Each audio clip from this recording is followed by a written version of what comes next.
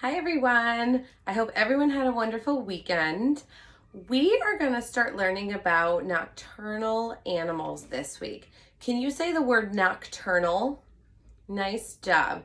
That's a big word. Let's clap out that word nocturnal. Get your clapping hands ready. Nocturnal. Nice job. Let's do it one more time. Nocturnal. Beautiful. Does anyone know what nocturnal animals are? Think about it. If you don't know, that's okay. That's what we're going to learn about this week. But maybe you could tell a grown-up next to you what a nocturnal animal is. If you don't know, we're going to find out right now. We're going to read this book, Where Are the Night Animals? And it's going to teach us all about some animals who are nocturnal. And then we're going to talk a little bit about it in the end, okay? And then we have some fun activities planned for you this week. Here we go. Where Are the Night Animals? And it's written and illustrated by Mary Ann Fraser. What animal do you notice on the front cover? What is that? It is a wolf howling at the moon. And we learned all about nighttime and moons last week. The summer moon rises over the hill. A lone coyote howls. It sniffs the air. Then it begins its nightly hunting route. With the coyote gone, a skunk scoots out from its den in a log. Another skunk appears. The two romp, squeaking and squealing.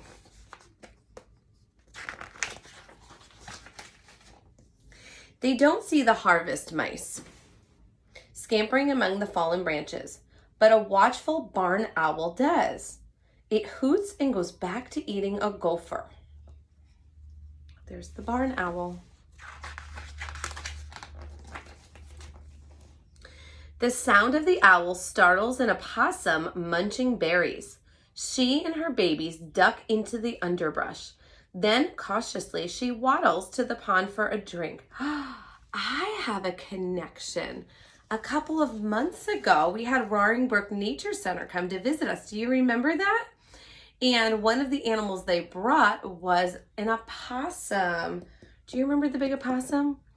And what I remember about that opossum is that it came in a little crate and she was sleeping. It was daytime, but she was sleeping. And we woke her up a little bit so we could check her out. But Sydney from Roaring Brook Nature Center taught us all about how mommy opossums carried her babies on her back just like that.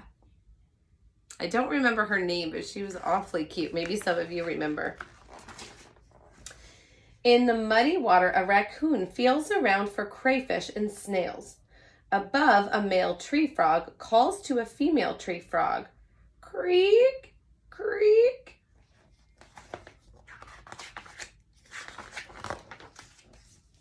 A shadow passes over the frog.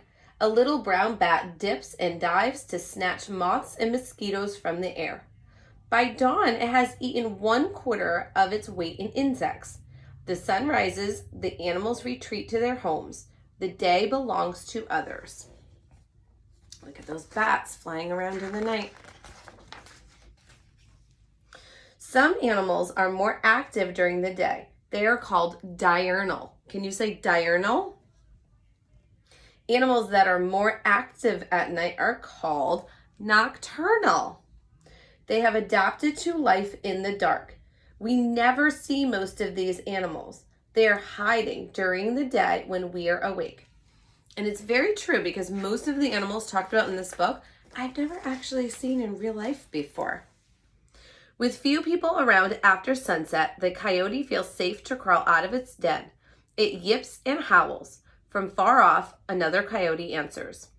A skunk peeps out from its den and sees a beetle. It bounds toward the insect. The skunk's black and white fur blends in with the dark night. Many night creatures are black or gray. These colors make it hard for their enemies to see them. The coyote does not see the skunk, but its sensitive nose smells it.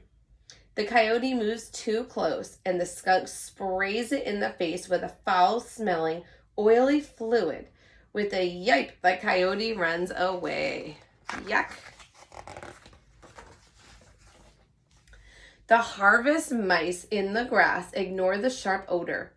They scurry about looking for seeds. Their whiskers and fur help them feel their way in the dark. Their shrill squeaks to each other are hard for humans to hear, but not for the barn owl, who is wide awake and listening. The owl swoops down from its perch.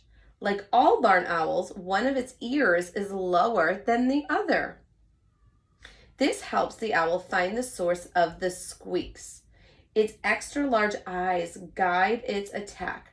The owl snatches up a mouse in its sharp claws. Then it lands on some grapevines and ramble over a fence.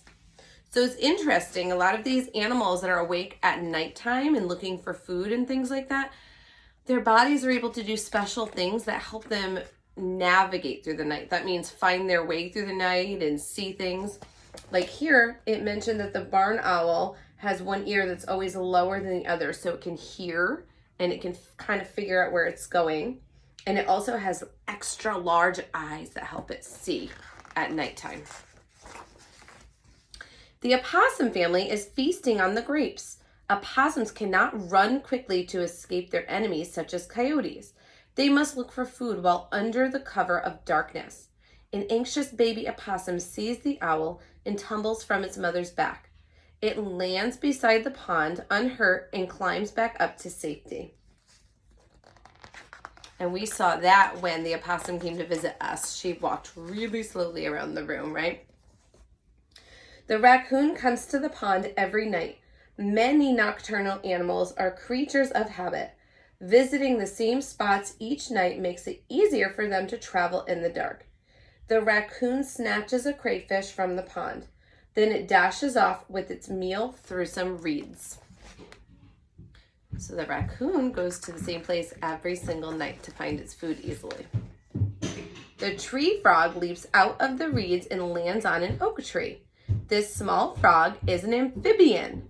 Amphibians breathe through their lungs and skin. If they were active during the day, the hot sun would dry out their skin and they would die. Night air is cooler and moister. And Chase came to visit and listen to the book too. Yes, it's a bat. The little brown bat darts in and out of the oak's twisted branches. Click, click, click.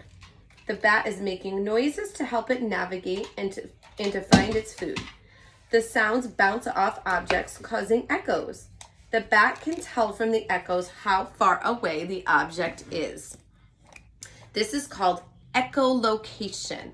Can you say echolocation? We're going to learn about that a little bit this week. Some scientists think that bats become nocturnal to protect themselves from daytime animals. Other scientists believe that bats hunt at night so that they do not have to compete with birds for food in the daytime. The moon fades from sight as the sun rises. So look now, is it still nighttime? Nope, it is daytime. The creatures of the night begin to seek out their dens and burrows. The animals of the day stir from their sleep. Sunrise and sunset are nature's busiest hours. A young raccoon passes a window. I said this. Yes, you see the boy. A child comes to the table for breakfast. The two meet, then each go on its way. The night shift ends, the day shift begins. So now all of those nocturnal animals are going to go to sleep with full bellies, and all of the grown-ups and kids like us are going to be awake and eat our breakfast and play. Mommy. So nocturnal animals are animals that are awake during the night when we're sleeping, and then they go to sleep during the day when we're awake. So some of them we learned about are here: coyotes, mice, skunks, barn owls, opossums, raccoons, tree frogs, and bats.